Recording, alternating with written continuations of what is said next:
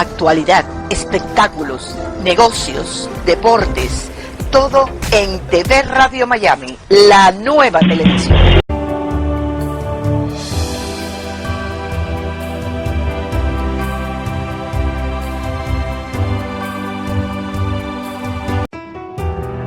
Agustín Ranguni presenta Coincidencias con Enrique Llamas de Madariaga y Denise Pesana desde Punta del Este, Uruguay, uniendo al mundo. Muy bien, y nuevamente estamos en contacto con los Estados Unidos y desde allí el señor Agustín Ranguni. Hola Agustín, buen día.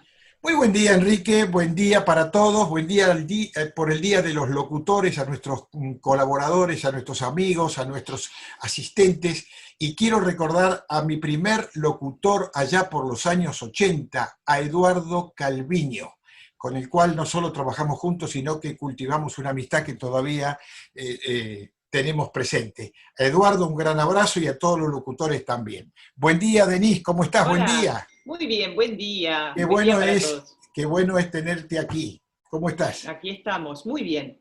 Bueno, tenemos una visita de lujo que vamos a conversar en un ratito con él. Mientras tanto, te quiero contar que aquí están pasando cosas realmente de fantasía, ¿eh? Regularmente, los oficiales de policía tienen cierta actitud pasiva y hasta que en algún momento explotan, ¿no? Como ha sucedido en otros casos, como el caso Floyd. Bueno, ayer se dio un hecho muy interesante en el aeropuerto de Miami, donde una mujer afroamericana no estaba usando máscara y entonces se encontró confrontándose con un policía. El policía se llama Antonio Rodríguez, ya fue relevado de su cargo, cuando primero soportó algunas increpaciones que le hizo la mujer de color negro, afroamericana, reitero, hasta que se le acercó. En un momento que se le acercó, parece que la mujer se fue de palabras y el policía reaccionó dándole un golpe, pero un golpe que pudo haber sido mortal, ¿no? Mortal. La mujer quedó ahí desvanecida y esta situación derivó en que el policía en este momento está preso y fundamentalmente afronta cargos de posible asesinato. No tengo la información si realmente esa es la situación de la mujer, pero en principio esto es lo que está publicado hoy a consecuencia de este hecho que sucedió ayer. Los ánimos están caldeados. Quiero contarte, Enrique, que el Dow Jones ayer, como conjuntamente con los otros valores en la bolsa de Nueva York, fueron positivos. El Dow Jones subió 0,36, el Nasdaq 0,52, el Standard Poor's 0,45 y el Merval de Argentina cayó 0,87%. Hay expectativa hoy de la posibilidad de arreglo o de algún acercamiento con los acreedores de la deuda externa argentina, así que también hay expectativa por ese tema. Muy bien. El tema del petróleo. Bueno, parece ser que hay caída de reservas en los Estados Unidos y esto ayer movió un poco los precios que venían a la baja. Bueno, aumentó 1,13%, cerró en 40,27 el barril y se habla de una caída de 7,2 millones de barriles en el stock en los Estados Unidos. El Brent en Europa bajó 0,09%, cerró en 42,73. Y cuando uno imagina que las empresas petroleras están, si algo les sobra más allá del petróleo es dinero. Bueno, parece que no es así porque el grupo energético de Estados Unidos, Chesapeake Energy, entró a un proceso de bancarrota y emprendió una reestructuración de su deuda de 7.000 millones de dólares. Y esto está apoyado fundamentalmente en la caída de los precios del petróleo. Respecto de temas que hemos podido acceder sobre la situación de default de Argentina. Bueno, Standard Poor's acaba de declarar default 7 bonos argentinos. Bajó la nota desde CC a D. Estos 7 bonos corresponden ser declarados en default por falta de pago de los intereses de los bonos. Hay 3 bonos en moneda extranjera que tenían vencimiento de intereses a fines de junio por 582 millones de dólares y 4 bonos que están actuando sobre la ley argentina, 837 millones de dólares. Por lo tanto, Argentina tiene que negociar con los acreedores para ver si puede reestructurar su deuda de 65 mil millones de dólares que están bajo la legislación extranjera. Las calificaciones de estos bonos están en letra D, o sea que están bastante bajitos, y esperando que las negociaciones que están en curso den algún resultado positivo. En el orden del mundo empresario, la empresa Hub y Wendy en Estados Unidos acaba de presentar el pedido de reestructuración de deuda bajo el capítulo 11 de la ley de quiebras. Tiene 1.600 restaurantes y bueno, tiene una deuda de más de 1.000 millones de dólares. Así que también hay que esperar ahora entonces todo eso, pero en principio van a seguir trabajando. Muy bien. Y la última noticia, Enrique, es muy interesante, sobre todo por lo que está pasando con Venezuela. Estados Unidos acaba de dar una orden de incautar barcos petroleros iraníes que tienen destino precisamente Venezuela. O sea que en cualquier momento pueden, en el medio del mar, tomar a esos barcos petroleros y detenerlos. Muy bien. Difícil, dura la medida que se complementa con el Banco de Inglaterra de ayer, que dijo por orden del gobierno inglés no le damos estos 1.000 millones de dólares en lingotes de oro a Venezuela. No, se lo dan a Guaidó. Maduro dijo que eran para combatir el coronavirus y dijo no, porque para nosotros el presidente de Venezuela es Guaidó. Un golpe bastante fuerte. Sí. Bueno, pero tenemos, hablando del coronavirus, sí, tenemos a un especialista muy renombrado. Sí, lo anunciábamos al arrancar el programa. Se trata del doctor Enrique de Rosa, es psiquiatra, neurólogo, presidente del capítulo de estrés y trauma de la Asociación Médica Argentina. Se formó como especialista en terapias cognitivas en la Universidad de París, donde es habitualmente invitado, y tiene un título de trastornos de ansiedad en la Universidad de Oxford. Le damos la bienvenida al doctor Enrique de Rosa. Enrique, buenos días, bienvenido. ¿Qué tal? Buenos días a todos. ¿Cómo les va? Buen día, doctor. Debe tener con su especialidad, doctor de Rosa, mucho trabajo estos días, ¿no? Estábamos hablando fuera de aire que a la vuelta al país mi broma habitual era que iba a una tierra de promisión para los psiquiatras, ¿no? Digamos, siempre la Argentina ha sido un terreno en el que en el ámbito sí tenemos siempre tenemos algo de qué hablar, pero ahora ya, yo soy forense, trabajo mucho en el área forense y trabajo como psiquiatra forense, y lamentablemente ahora estamos pasando a ese terreno que estábamos hablando antes, que el tema de la violencia, los comportamientos violentos, la gente que ya no está manteniéndose dentro de la habitual patología que uno tenía hace 10 o 20 años, sino ya cuestiones más que están muy imbricadas en lo social, es lo de todos los días. Es eso más importante, casi le diría, que el común y normal sujeto que viene con un malestar a la consulta, ¿no? Ahora, ese malestar, doctor de Rosa, esa angustia reprimida, esa bronca, para decirlo en términos que no son muy científicos, ¿corre el riesgo de que un día explote, doctor, o no?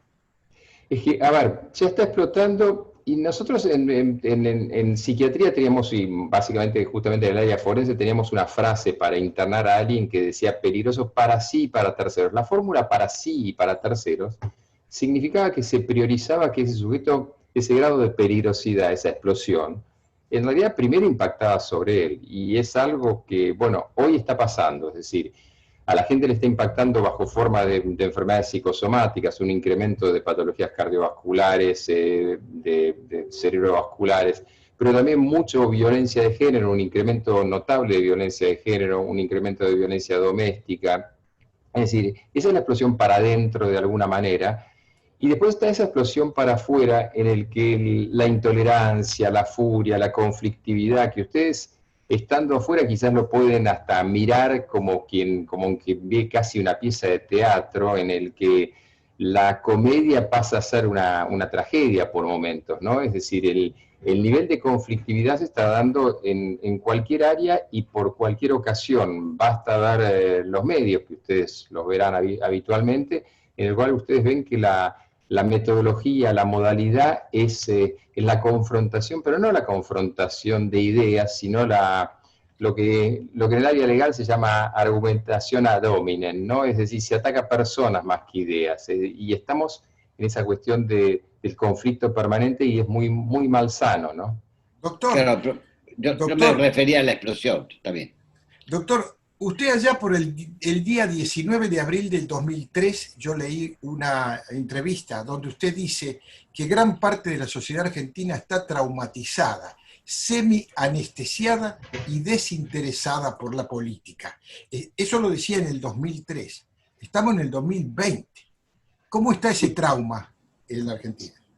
Bueno, es que ese proceso continuó, eso venía, esa nota, y de hecho los artículos que habíamos hecho en ese momento describíamos una ansiedad por disrupción, es decir, el país se enfrentaba a un fenómeno nuevo, con una especie de casi batalla campal en las calles en el 2001, 2002, con una serie de cuestiones que eran novedosas. Los fenómenos traumáticos en realidad tienen la desgracia de ir evolucionando, como decía Enrique hace un rato, bajo forma de explosiones, pero luego esas explosiones se continúan en el tiempo bajo forma de trauma, es decir, se estabilizan con patologías que persisten en el tiempo. Un ejemplo fácil de entender es lo que pasó con los veteranos de Malvinas. Estamos hablando del 82 y de golpe 20 años más tarde o 40 años más tarde seguimos con las consecuencias de eso. Esa advertencia que uno lanzaba, yo recuerdo previamente inclusive había dado una serie de charlas a la asociación bancaria contándoles que lo que podía venirse. Y la gente de la asociación bancaria decía, no, bueno, el bancario es el sujeto más seguro que está. Bueno, al poco tiempo le estaban golpeando las puertas de los bancos, y esos sujetos que estaban absolutamente seguros entraban en algo que es lo que tenemos hoy, una especie de estado de incertidumbre continua, y cuando uno vive ese estado de incertidumbre continua no puede nunca lograr estructurar nada que tenga que ver con una vida psíquica más o menos normal. Entonces, claro, vive... Luego, episódicamente, emerge bajo formas de explosiones, pero sobre un sustrato constante de malestar. Ahora, ¿es normal para usted cómo vive todo el argentino? Porque yo veo que están pegados a la televisión. La televisión es, no sé, nociva, porque están todo el día con el tema del coronavirus, con el tema de que Bernie se pelea con fulanita, de que Cristina se pelea con Menganito.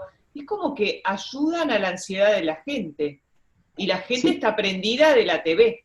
Sí, a ver, yo participé, cosa que no había hecho nunca, pero va así o episódicamente alguna vez en el viejo Canal 7, algo así, como columnista estable en un par de programas, y realmente supongo que habrá sido como ejercicio de masoquismo, pero era cotidianamente vivir la tensión que, bueno, ustedes han vivido en sus años de noticiero acá en la Argentina, pero digamos, hoy nada que ver, porque la presión que se pone y la presión que uno ve en los productores, en la búsqueda de la información, en que uno tiene que competir con el otro para ver quién tiene la información más enervante, más exasperante, y genera un proceso que se llama de simpatía, pero no de simpatía por simpático, sino de asimilación en la gente, en que crea un aspecto adictivo. Entonces, a ver qué pasa. Yo necesito hoy tener el número de muertos y de infectados y poner abajo un urgente, último momento. Y en realidad ese urgente, último momento, lo único que dice es algo que ya sabemos, obviamente, una enfermedad evoluciona. Pero se genera un goce mórbido, morboso por eso, y a la gente le cuesta mucho despegarse. Por eso la primera indicación que se dio siempre fue, por favor, filtren información, restrinjan la cantidad de horas, no solamente de televisión, sino de estos aparatitos, de los celulares, que hoy la gente está pegada desesperadamente, ¿no? Nos estamos enfermando, doctor, con esto, ¿no? Nos hace daño físico incluso, además del psíquico. No, que es claro, es que es uno solo. Bueno, fue parte de la crítica a la comisión presidencial, en que se privilegió solamente el aspecto infectológico, pero había una cantidad de patologías que estaban en marcha. Bueno, la población de tercera edad, yo soy perito en la causa esa del geriátrico en Belgrano, que tuvo que ver, y había gente que estaba no solamente enferma, sino que estaba pegada a las 24 horas del día a un televisor que le estaba tirando información absolutamente nociva, y realmente es tóxica. Es decir, no voy a extender ahora, pero hay muchos estudios con respecto a las consecuencias cardiovasculares de estar recibiendo constantemente noticias que son estresantes y sobre todo traumáticas, porque no pasan en Pakistán o lejos, pasan acá, y se apodera algo que he dado a llamar el virus del miedo, ¿no? La epidemia de miedo, que es un poco donde estamos ahora. Todo el mundo está muy atemorizado, y el miedo ha sido utilizado como forma de tratar de establecer unas conductas sociales, y eso es muy preocupante porque, como usted dice, tiene consecuencias físicas inclusive. Ahora, ¿cómo puede hacer la gente para preservar la salud mental? Bueno, la primera, quizás, si fuese un tema de ciertas pequeñas recetas, es, por un lado, empezaría por ahí, pasar a ocuparse un poquito más de su salud física, empezar a desconectarse de esa cabeza que está constantemente haciendo lo que es una anticipación predictiva o un sesgo confirmatorio, que se llama, que es estar constantemente viendo la noticia que va a decir lo que uno espera que diga, y eso que dice es que todo está mal, en realidad, porque quiere decir que todo está peor, con lo que confirma una cuestión negativa. Así que el primer punto es desconectarse, ver qué grado de información uno necesita, y si es que necesita un grado de información, y si no ha adquirido una conducta adictiva. La otra, empezar a prestarle mucha más atención a la vida física. Claro, hoy estamos encerrados, pero hay que establecer espacios de trabajo físico, de distensión, de tener la capacidad de desconectar y poner al menos en modo avión el celular. La gente no puede desconectarse hoy de las redes sociales y de la confirmación por redes sociales, Instagram y demás, de lo que está pasando, o por Twitter. Si ustedes observan, es muy interesante cuando uno está viviendo afuera, ver cómo es el Twitter en la Argentina, y estamos todos peleándonos, A conecto que se pelea con B. Entonces, una buena cuestión es también desconectarse de redes sociales. O sea que el Twitter argentino es más belicoso, digamos, que el Twitter en otros países. Así al menos dicen todos mis amigos de afuera, me dicen, ¿qué les pasa a ustedes que están peleando todo el día? No, pero miren, no es tan así, porque fíjense que hay un cambio que se está dando en la sociedad americana. Las empresas están empezando a cambiar su política de protestas, por ejemplo, contra la violencia policial y el racismo. Voy a dar 3 casos chiquitos. Adidas decidió contratar más afroamericanos y latinos en Estados Unidos que americanos. Amazon va a prohibir a la policía utilizar su programa de reconocimiento facial. Y HBO, Olé, retira la película Lo que el viento se llevó. ¿Por qué? Bueno, por su relato racista. O sea, son elementos que se van conjugando, que van dando respuesta a lo que estaba planteando el doctor. Sí, pero eso no pasa en la Argentina. Bueno, les digo lo que pasa en Estados Unidos. Claro, pero estábamos hablando de la enfermedad argentina, sí, que dice el doctor que todo el mundo se pregunta que ustedes están enfermos mirando todo el día el celular. No, pero a mí me interesa ver esa comparación, ¿no? Cómo por ejemplo, se vive en Estados Unidos, la diferencia con Argentina, la diferencia con Uruguay.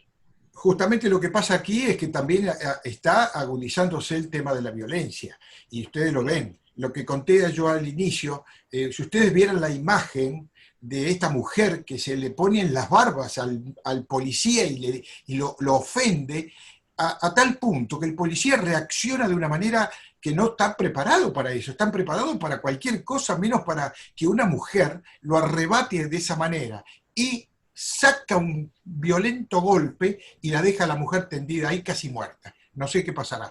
Pero bueno, son las cosas que están pasando en Estados Unidos.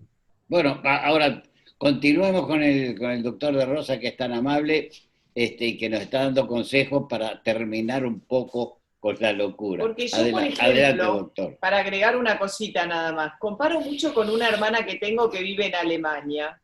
Ella vivió todo el tema del coronavirus con una tranquilidad. Claro, claro. Sin alarma.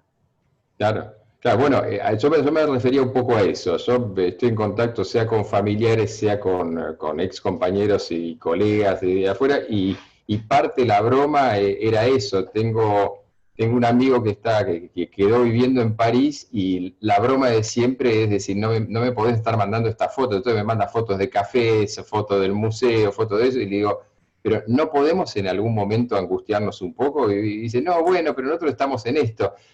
Y de mientras acá, de golpe, si uno abre un Twitter, ayer se estaban peleando entre dos periodistas de los medios de América, de una manera muy amarga, muy dura, muy violenta, muy descalificadora. Yo creo que eso, a veces la gente no toma en cuenta cómo la violencia engendra violencia y malestar en uno mismo, ¿no? Es decir, que la idea de que la violencia es un carbón caliente que no lastima solamente al que lo recibe, sino básicamente al que lo tira, es un hecho concreto. Somos una sociedad que ha desestimado el nivel de violencia y se permite niveles de agresividad que son no solamente malsanos para uno, sino que son colectivamente, es un boomerang, vuelve y sigue circulando en el sistema. Claro. Lamentablemente. Muy bien.